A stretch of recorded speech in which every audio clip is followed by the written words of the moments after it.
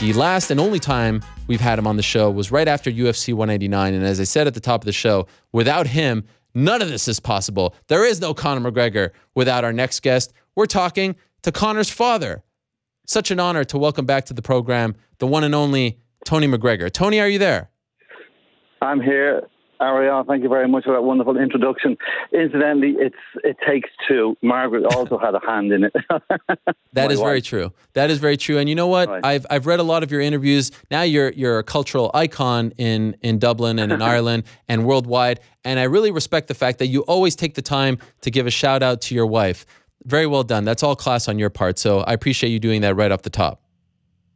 Thank you for that. So, Tony, I got to ask you, did you watch the tour last week? I did watch the tour. Like you, I watched it with bated breath, and I thought, everything about it was superb.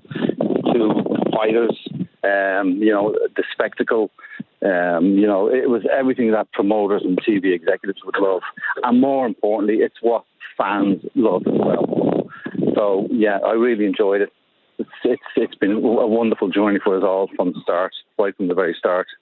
Could you paint the picture for us? Like, again, this is your son, so you obviously watch him with a different set of eyes and a different perspective. Do you all sit down with a cup of tea and say, okay, let's watch, Toronto and see what Conor has in store for us? How do you consume this? Well, we do sit down as not so much as a one family unit anymore, because Margaret and I are empty nesters now. So they're all adult children. They have their own apartments and homes where they look at themselves. But we're in constant communication with them. Did you see this? Did you see that? Did you see the way he walked out? Did you see the suit he wore? I mean, we're just fans agog as well when he walks on stage. Is it somewhat surreal? I mean, at this point, so much has happened, and I'm sure he ceases to amaze you. But to see him standing there next to the guy who many consider to be the greatest boxer of all time, and this idea seemed like a pipe dream not that long ago, when you actually saw him standing there for the first time across Floyd Mayweather, what are you thinking? Well, something that really had me in awe, because it was fabricated. The entire thing was fabricated by Conor McGregor. He said he'd get this fight, and no one believed him, but he got the fight, and that's what really amazes me. Really and truly, that's what amazes me. How he commissioned all these things, went off in different tangents, there was all different sinews to drag in and tie up, and it just all came together in the end. And it must have been extremely difficult from a business point of view, never mind from a fighting perspective. Just from the business side of things, it must have been very difficult to get all this to come together. Did you think this would happen, or were you like most of us who thought, okay, go ahead? Initially, no. I mean, he said he would do it. I knew this pre-Christmas. I knew that it was going to happen. I had to keep mum on it. So no, I knew it was going to happen. And but the difficulty in getting it to happen, that's what amazes me. That really sort of amazes me. And to this moment, I still can't believe it. And I think also, by the way, a lot of people are not going to believe what's going to happen on the 26th of August in the T-Mobile Arena, because the boxing fraternity, they wrote Conor off. No one in the boxing world has given him a chance. I think what Conor is going to produce in the T-Mobile on the 26th is nothing short of a seismic shock. It's going to reverberate right through the whole unarmed combat world. And while Mayweather was the best fighter in the world, and no one can take that away from him, on the 26th of August, he's going to be the second best fighter in the world. Will you be there? Only one number one. I'll be there. Our family are flying out en bloc on 23rd, so we're there for a week. That's all we need. Take in the atmosphere, soak up the atmosphere, and enjoy the spectacle. I'll be there in amongst the fans, cheering on our number one hero. So Conor said last week, under 4. What is your prediction? Well, I always stick with Conor. Under 4. That's what he said. That's what he's going to do. He's not called Mystic Mac for nothing. He predicts it and he produces it. And when he fights in MMA, I'm sure there's a level of confidence there because he's been doing it for so long.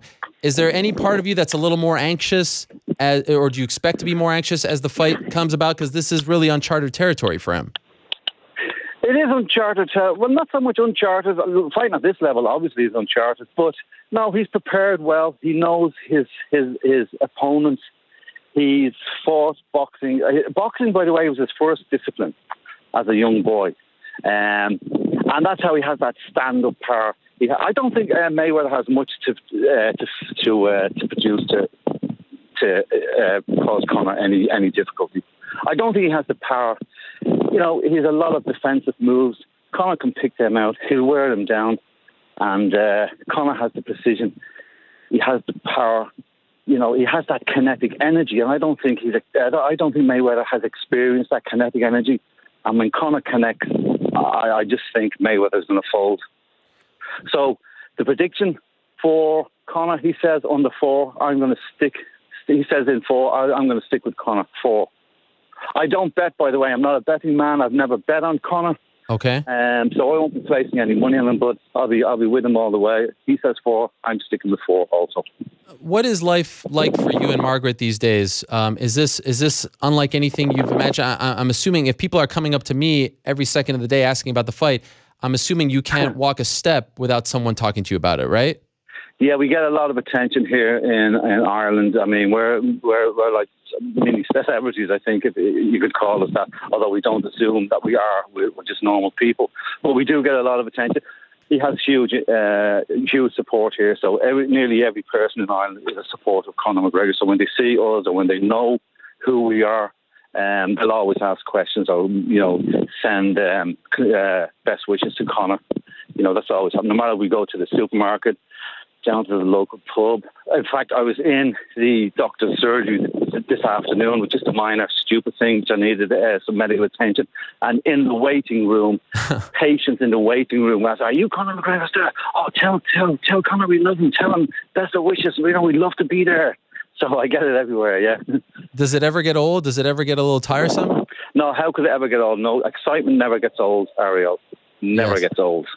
When I do like my show, my mother will text me and say, "I love this, I love that." Do you text him after these, performances and say that was brilliant? Do you talk to him, or is it too crazy? You need to kind of give him his space a bit. No, I do talk to him. I do text him. Keep up the good work. Your mother loves the suit. That was a new suit we saw, and we text him all the time. His mother and I have a great interest in him in his career, so yeah, text him all the time. And you're referring to the FU suit, right? FU suit, yeah. It's a new one. I mean, he's even blazing trails in the fashion world, Yes. What do you prefer, when he wears the suit or the fur coat and the shirtless? Which look do you prefer for your son? I think as a parent, we'll always go for the suit. Yes. Always. Suit wins with me, always. That's right. You can't beat bespoke tailoring. That's right. You were the one who introduced him to that, right? Well, I'd like to think he got something off me. I don't think he got his fighting prowess off me. Maybe he got his style off me, and he's honed it to his standard. Now, I've only ever got one bespoke tailored suit. Just one? Off the peg. Mm-hmm. Just one. Well, funny enough, actually, I've had 3 actually, but funny enough. I just like off the peg suits. They fit me better. If I need them to, I might. I possibly could. On the 26th. Okay. He is coming out with his own line of suits. He told us. Oh, we may have lost you there. Tony, are you still there? Yeah, I'm still here. Yeah, still here. Okay. Yeah, I was saying he's coming out with his own line, so I'm sure that he could hook you up. Is it not true that your father actually used to dabble in boxing? He was an amateur boxer as well, yeah.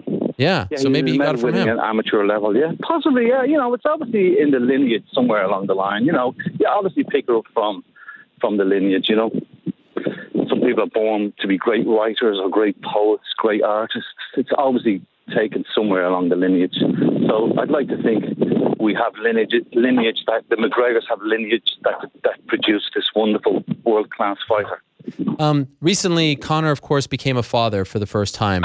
And this is obviously a great joy for you. I know being a grandparent is an amazing thing, seeing your son now tend to a child. Have you noticed a difference in him as a person since he became a father? Of course, a new baby will always soften anybody. But it still doesn't mean he'll be softened in the ring. It softens, it brings out the emotions. Yeah, of course, a new baby, an infant will always soften people. But it doesn't soften when he's in the ring. And what is it like for you to see him with a child now, being a dad? What's that like for you? It's such a pleasure. It's such a pleasure to see new life being introduced into a family. It's I call it now, it's like God's gratuity to grandparents. That's what a grandchild is like. It really is. When you experience it, Ariel, you'll realise it's wonderful to see new life coming into a family. It really is the best. That's more exciting than anything, honestly. You and Margaret babysit when he's on these tours and stuff and going out and about? Yeah, we love it. Yeah, we love it. We attended a wedding there, a wedding in Malta, a foreign wedding. And Dee was with young Conor Jr. So we were looking after our grandson then. Yeah, we really love it. That is amazing. We have two grandsons and one granddaughter. So we really love it now. We're reveling in it. So I'm told everybody mature as well. Yeah, and I know one of your daughters recently got married at the end of the year. So congratulations. Seems like, I mean, I don't want to put sort of the evil eye, but man, the times are good for the McGregors these days, right? I mean, with all your children. Times are really good. You know, they really are, and we are grateful for every second of it. We realise how good life is for us, and we never take it for granted. We appreciate every second that God gives us. I am shocked that there isn't a Tony McGregor reality show. I can't imagine that no one has reached out to you yet, right? I mean, someone has reached out to you. Yeah, well, I had good fun on when the RTE did the 6-part documentary. I had good fun on that.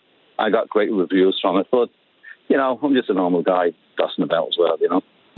Wait, but you would do it if offered, or if maybe the price is right. Maybe. Yeah. No one has come to me yet with any figures. Really? So I'm shocked. Maybe I have some business acumen. I could knock up some sort of an agreement with a reality TV. Yeah. Yeah.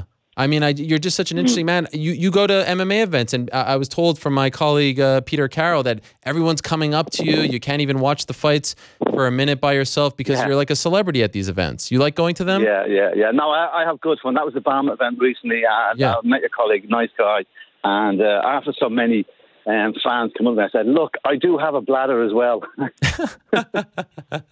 And you're watching the fights with shades, right? It's good fun. Pardon? You're watching the fights with shades on indoors. Yeah, they're prescription glasses. Yeah, prescription shades. What about what's cool as well? You know, what's the best? Was the best? The best celebrity meeting that you've had since Conor became this international superstar? Was it Kanye West? That photo that you took with him, which I photobombed in the back. That was good. Yeah, you photobombed that one. That was good. That was good. That was the best. Yeah, I got great reaction from that. Actually, the Irish media, printed media, picked that up and they put that in the papers. Yeah, that was good fun that night. That was right after the second Diaz fight. You told me. Right, yeah. You told me when you were on the show 2 years ago that you recently retired, right? Yeah, I'm retired now. I'm on a marina here now in Dunleary, which is a coastal resort town in Dublin, just outside Dublin City. So I'm just about to get on board Conor's yacht on his famous 188 and just take it out for a spin around the harbour. So, yeah, I'm retired so I can do all these fun things now. Just you by yourself? I have Margaret on the yacht there now, and Erin, Conor's sister, and her boyfriend's partner, Terry, and we're going to take young Harry as well. That's their newborn. Wow. That's our other grandson. Yeah, so I'm going to take them out just for an hour, just to spin around the bay. Take her out of the harbour and spin around the bay. It's a beautiful sunny evening here. The skies are absolutely azure blue.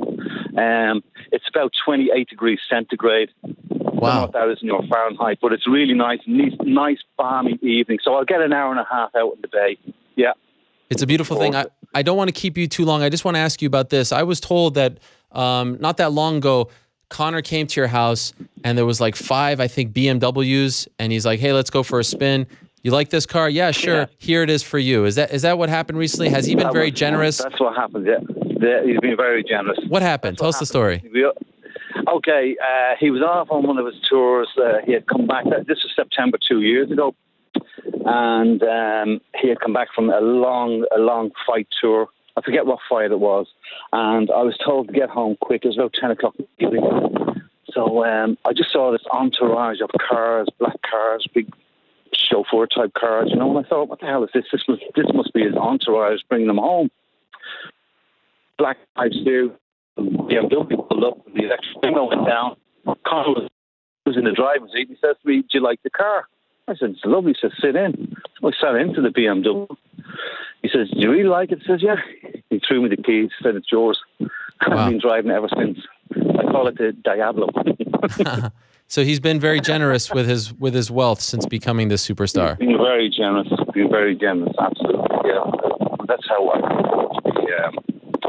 retired now, you know? Yeah. And last thing for you, Tony, if you can still hear me, can you hear me? Yeah, I can hear you perfect, yeah. You know, one of the stories that came out last week was, is Conor McGregor a racist? Does he? How do you feel when you see these reports? Listen, I view those things as race baiters. Okay, Conor McGregor is not racist. This fight is not about race. This fight is about skill and technique. In fact, I don't think any fight is ever about race. The colour of skin is immaterial. It's the victory that Conor's looking for is imperative. That's the only thing I'm saying. Conor is absolutely, unequivocally no racist. It's not about skin. No two combatants would ever get into a ring and the issue would be the colour of their opposing skin. No, absolutely not. One of the fun storylines that came out last week was... It's not a race issue. Right. No, and I agree wholeheartedly. Conor and Floyd Sr., did you see that clip of Conor and Floyd's dad going back and forth? I did see that. I had to laugh at that. I mean, Floyd Sr. is a wonderful man. I mean, if I ever met him up in the evening, I'd wheel him around his wheelchair for half an hour, give him half an hour of fun, you know. That's great. I think he's a lovely man. He's an old man. I give him respect. Maybe Tony and Floyd Sr. go toe-to-toe. There you go. I'll never hit an old man. Never. No, of course not. You're classier than that. But I did think it was very funny the way you could tell that Conor had a lot of respect for him, despite the back and forth and the jokes. You could tell that he didn't want to rattle him up too much. It has been fun to catch up with you, Tony. Really has, and I appreciate you taking out some time to talk to us. Enjoy the ride to August 26th, and I look forward to seeing you out there at the T-Mobile Arena when it all goes down. I can't wait, Ariel, and say good evening to all your listeners from me in Dublin.